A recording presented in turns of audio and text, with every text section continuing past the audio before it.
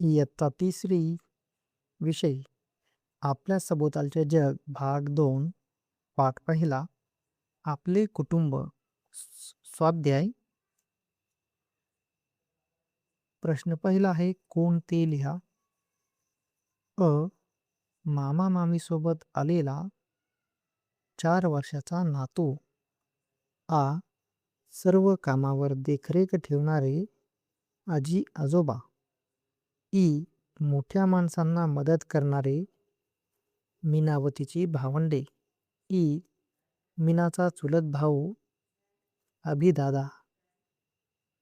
प्रश्न दुसरा, कोण कोण राहतात ते लिहा. छोटे कुटुंब. आई वडील व मुले राहतात. एकल पालकत्व असलेले कुटुंब. आई किंवा वडील यांच्यासोबत मुले राहतात. मोठे कुटुंब. आजी आजोबा काका काकू आई वडील व मुले एकत्र राहतात. प्रश्न तिसरा आहे, तुमच्या कुटुंबातील खालील सदस्यांची घरातील कामे लिहा. अ. आई घरातील सर्व कामे करते, जसे की स्वयंपाक, कपडे धुणे, स्वच्छता. वडील शेतीतील कामे करतात. ई. आजी नातवंडांना सांभाळते. ई. आजोबा वडिलांना शेती कामात मदत करतात.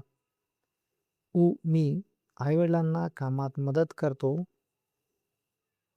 माझी भावंडे घरातील छोटी छोटी कामे करतात.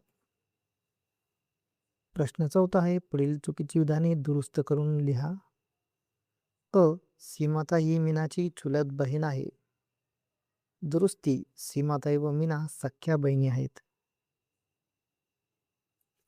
विस्तारित कुटुंबात फक्त वडिलांकडील नातेवाईक असतात. दुरुस्ती, विस्तारित कुटुंबात आई व वडिलांकडील नातेवाईक असतात. पाळीव प्राणी हे कुटुंबातील सदस्य नसतात. दुरुस्ती, पाळीव प्राणी हे एक प्रकारचे कुटुंबातील सदस्य असतात. प्रश्न 5 आहे, 2 ते 3 वाक्यात उत्तरे लिहा. अ. अभिदादाच्या लग्नासाठी कोणी कोणती तयारी केली? उत्तर. सीमाताईच्या मैत्रिणी सुष्मिता आणि यास्मिन यांनी मिळून दारासमोर सुंदर रांगोळी काढली.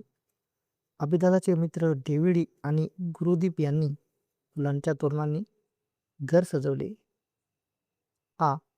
कुटुंबामध्ये आपल्या कोणकोणत्या गरजा पूर्ण होतात? उत्तर. कुटुंबामध्ये आपल्या अन्न, वस्त्र व निवारा या गरजा पूर्ण होतात. कुटुंबातील सदस्य आपली काळजी घेतात व आपल्याला प्रेम व आधार देतात. तुमचा आवडता पाळीव प्राणी कोणता? त्याची काळजी तुम्ही कशी घेता? उत्तर. माझा आवडता पाळीव प्राणी कुत्रा आहे. मी त्याला रोज अन्न व पाणी देतो, त्याची स्वच्छता ठेवतो व त्याच्याशी प्रेमाने खेळतो.